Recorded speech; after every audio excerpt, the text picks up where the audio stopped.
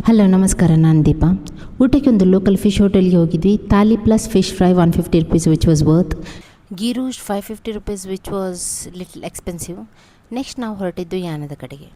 ಯಾನ road and weather was beautiful, but road ಸ್ವಲ್ಪ narrow ಇದ್ದಿದ್ದರಿಂದ ಸ್ವಲ್ಪ ಕೇರ್ಫುಲ್ ಆಗಿ ಡ್ರೈವ್ ಮಾಡಬೇಕಿತ್ತು.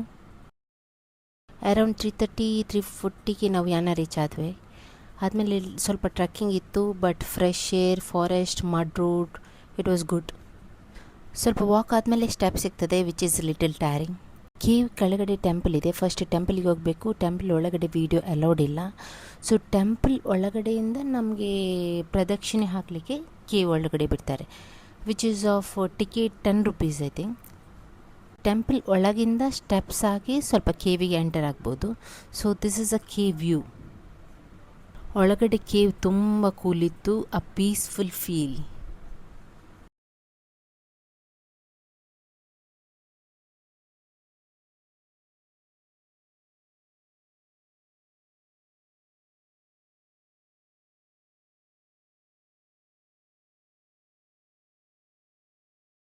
ಹಾಗೆ ಕೇವಿಂದ ಹೊರಗೆ ಬಂದು ನಾವು ಪ್ರದಕ್ಷಿಣೆ ಮುಗಿಸಿ ನಮ್ಮ ಮನೆ ಕಡೆಗೆ ಹೊರಟ್ವಿ.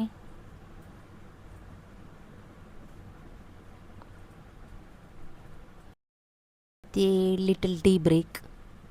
ಮತ್ತೆ ಸಿಗೋಣ.